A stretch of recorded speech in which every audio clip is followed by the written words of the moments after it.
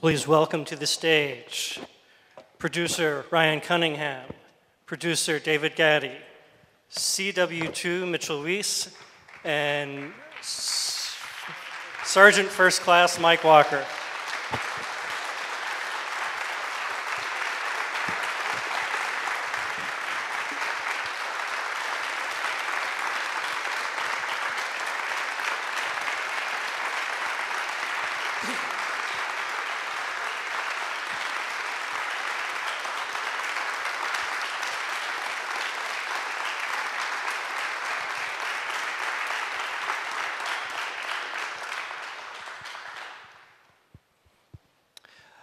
So you guys haven't tweeted in a while. You can tweet questions, it's still working.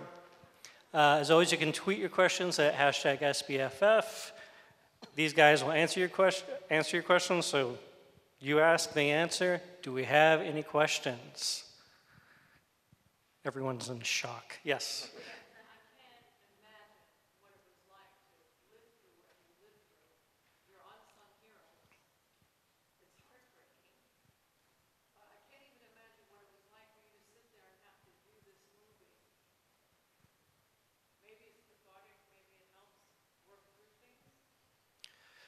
Yeah, so she's saying it's really hard to imagine what it's like going through this much, and even just watching this movie. What is it like for you two watching the movie, watching this again?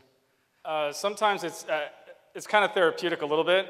I've seen it probably 12 times now through the editing process and then the initial showings.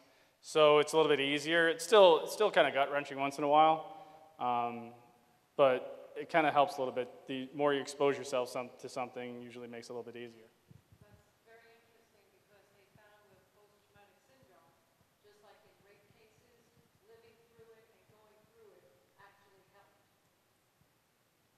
Definitely, and I know it's strange because there's a couple scenes in the movie there where we're watching ourselves watch ourselves, and this is kind of like that moment again. Where you're seeing yourself see yourself again and the time difference was, now it's 7 years. So for me, it's just how much weight I've gained and how much older I look. But yeah, I mean, for me, the toughest part is just seeing my friends, and what they've gone through, and a lot of these guys I haven't been able to see again. Like I've talked to Bart multiple times, but seeing him on here was good. And the scene that gets me the most every time is where my son makes his introduction into the world there. So.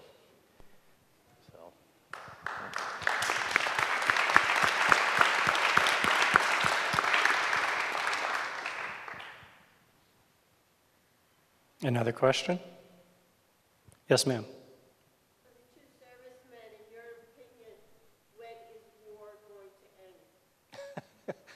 When is war going to end? Unfortunately, I don't think it's ever going to end because, as much as I would love for it to end, unfortunately, man is just born to kill each other, unfortunately, as much as that sucks. But I would love for it to be over. I hate the fact that we're still there. We were only there 7 years ago, but it's been going on for 17 years now. At least in that particular war. So. Yeah, to see like my first deployment, I was in Mosul, and then we secured it, and we left, and we did the surge down in Baghdad, and then we came back. And then after Afghanistan, I see the footage of Mosul again, after it was pretty much destroyed during that most recent fight with ISIS. And just to think of the cost, not just treasure, but lives, and completely demolished the city. And we left it actually pretty pristine when I left it in that first deployment. So to see that, and it just seems like it's an ongoing revolution of conflict between peoples or of different ideology or religion or whatever the case may be. And like Mitch said, hopefully there is an end to it at some point, but until people can just basically get along, then that's not going to happen. I mean, you watch CNN and Fox News this morning, you got two conflicting opinions. And some people are very passionate about those opinions, and that causes friction. And that's just on TV here in the United States. Yeah. Yes, sir. What was the most challenging part about putting the film together? You can answer. The producers are going to go to war over who's going to answer. I'm speaking on behalf of the director, Harry, who's Australian and is actually in Australia at the moment. I think the most difficult thing was that Harry had shot a whole lot of footage while he was working as an embedded journalist in Afghanistan in 2011, and he had no idea what he was shooting the material for. I think he had bought himself a new camera, he knew it could shoot video, he started filming, and he came back home to Australia and realized he had all this footage and wanted to try and make something out of it. But he didn't know at that point what the film was he was going to make. So I think the most challenging thing was trying to work out how to take that amazing footage that he had in Afghanistan, that was footage we hadn't really seen before, and then turn it into a film that actually could communicate something. And it was a slow process that took many years for him, I think, from first thinking about doing something to actually getting it made.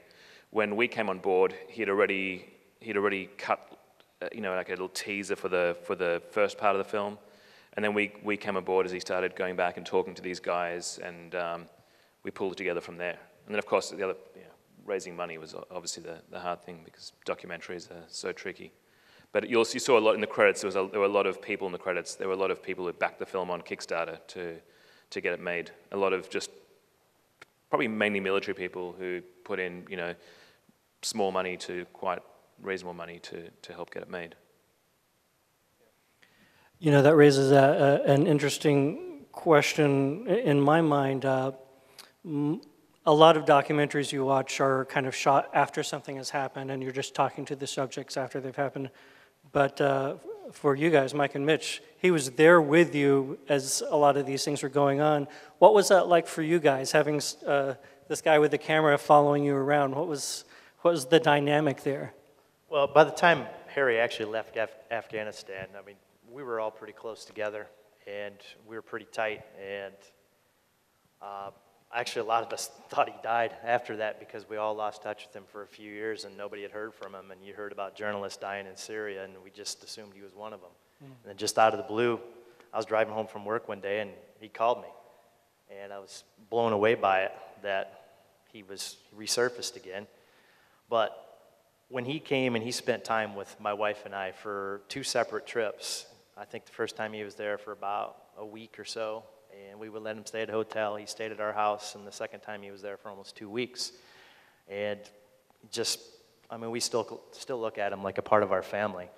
And I was mic'd up all the time, and unfortunately, you probably saw in the film, I was drinking a beer almost every time. So I was just relaxed. I was in my element, and so half the time I didn't even know what we were doing. The camera was always sitting there, so I didn't know what was filming and what wasn't filming. So, I mean, it just all came natural, I guess. I didn't feel like I was put on the spot. When Harry first showed up, the first time I met him, I actually threatened him.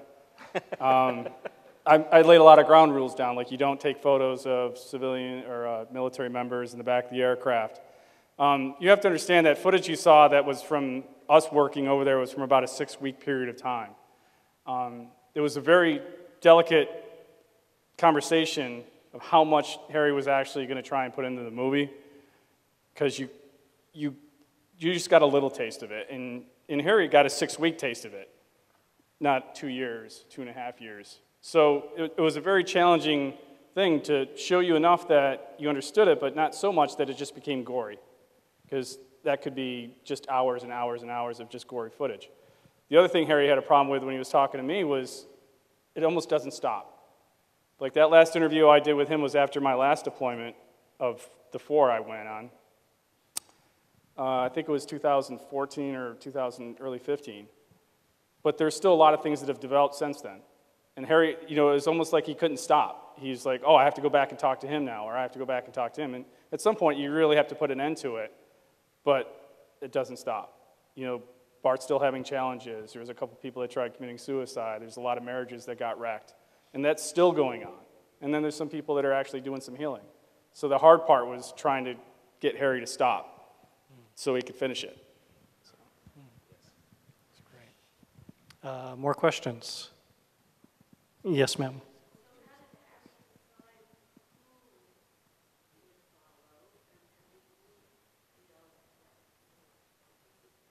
Yeah, so how did the director decide, which group to embed with? And you guys kind of talked about how you felt about it, but how did that arrangement come about?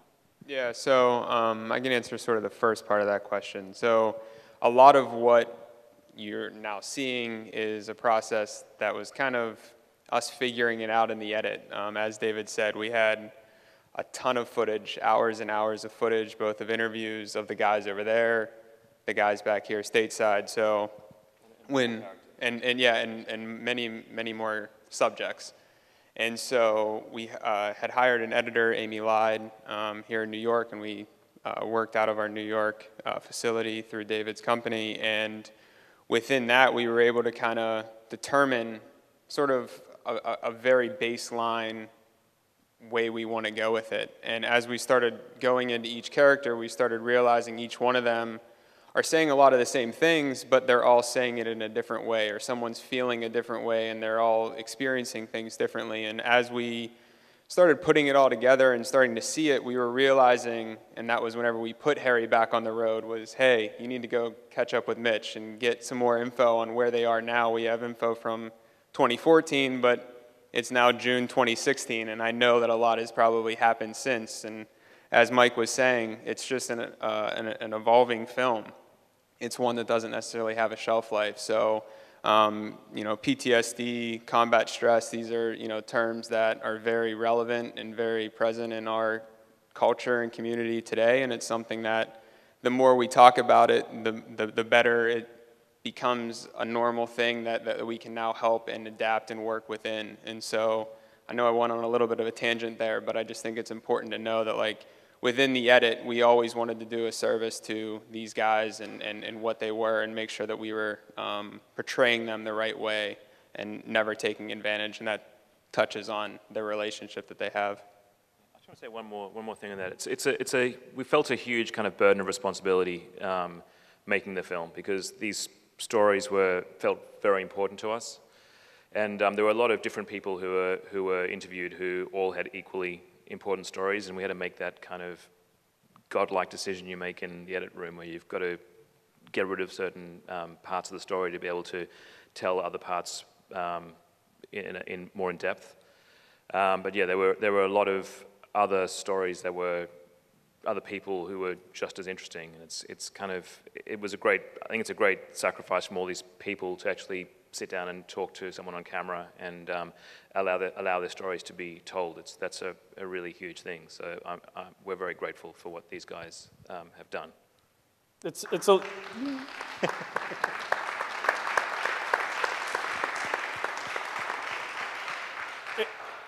a little different how we operate as medevac. It's a very tight-knit, small group unit where we're segregated from everybody else. So when Harry first got there, we kept him at arm's length a little bit.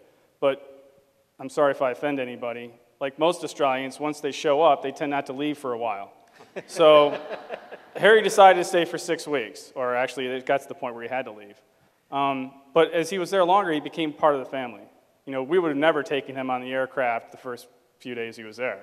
Then all of a sudden he started getting on the aircraft, and all of a sudden he was there for another week, and then we were going to go to a different base, and he came with us there. But he became one of the family members. So I don't really associate with many people outside of my family, and to include my medevac family. I still don't. I'm an isolationist. I stay in my little cave, and I don't venture out too often. This is really big for me to come down here. But he became one of the family. So the only reason that you're able to see that is because that he felt that for 6 weeks. Harry, when he left, got screwed up himself. He went back and he basically drank himself silly for a while. And then he started to realize that there was a price that was being paid. And I just have to thank him for doing a really good job of getting rid of the bottles during my interviews, because they were everywhere. So we have a question from Twitter. What's been the reaction from veterans groups if they've seen this movie, how they reacted to it? Have veteran groups been able to see this that you're aware of? Yeah, we were trying to get the word out, and Okay. more and more people are. These guys might have some anecdotes as well, but I want to say one thing. We've gotten a few really great letters from people who are spouses of veterans, who, actually one letter that came, actually I got a phone call last week from somebody who said that she had just watched the film and she had to track us down and phone us straight away because the film put into words what she'd been trying to understand or communicate for the last several years since her husband had come back from Afghanistan. And she said this was the film that everyone in America should watch because because veterans don't often talk about their experiences or their problems. For a family, it's kind of extra difficult. And she organized a screening straight away in her community. I hope that it gets out there to lots of people so that they can do the same. I think that sort of reaction is an interesting one, and it's one we hadn't really thought about when we were making the film. I think when we were making the film, Harry was telling his story of these guys, and it was kind of for him cathartic as well because he had kind of lived through a lot of this stuff with these guys, and you know, as Mike said, he had his own problems. But I think there aren't any other films that tell the story of a group of people from the time they're actually serving through several years of coming home, and I think that's a very unique story that you know, a lot of people should see and haven't seen. We have time for one more question. Yes, sir. So it's obvious that the VA has to serve as an important lifeline, you know, in coming home. In your experiences, are these services what they should be? So the question is, are the services that the VA offers what they should be for the returning vets? I know where I'm at in Albany. The VA's been spectacular. I've gotten in there really quickly and get my appointments when I need them. And I showed up the day I got out of the Army, and I walked in there in uniform with my papers in hand, and I've had nothing but good things to say about that particular VA. However, I've met a lot of guys there that actually come up from the city up to Albany because what they experience in the city is atrocious. So, you know, it just depends on where you're at. It depends also on the person. You know, availability is also what they put into it. I have no complaints about the VA that I go to, the little clinic in Watertown, New York. I don't think it's the greatest thing since sliced bread, but a lot of it has to do with what you put into it, how often you go, how often it, you know, if you have a problem or if you're actually taking your meds, you know, things like that. So I can't paint the entire VA with the same brush. I know that there are a lot of good people trying, and there's some problems. But as long as we keep trying to address them, that's the most important thing. Thank you, Ryan Cunningham, David Gaddy, Mitch Weiss, Mike Walker.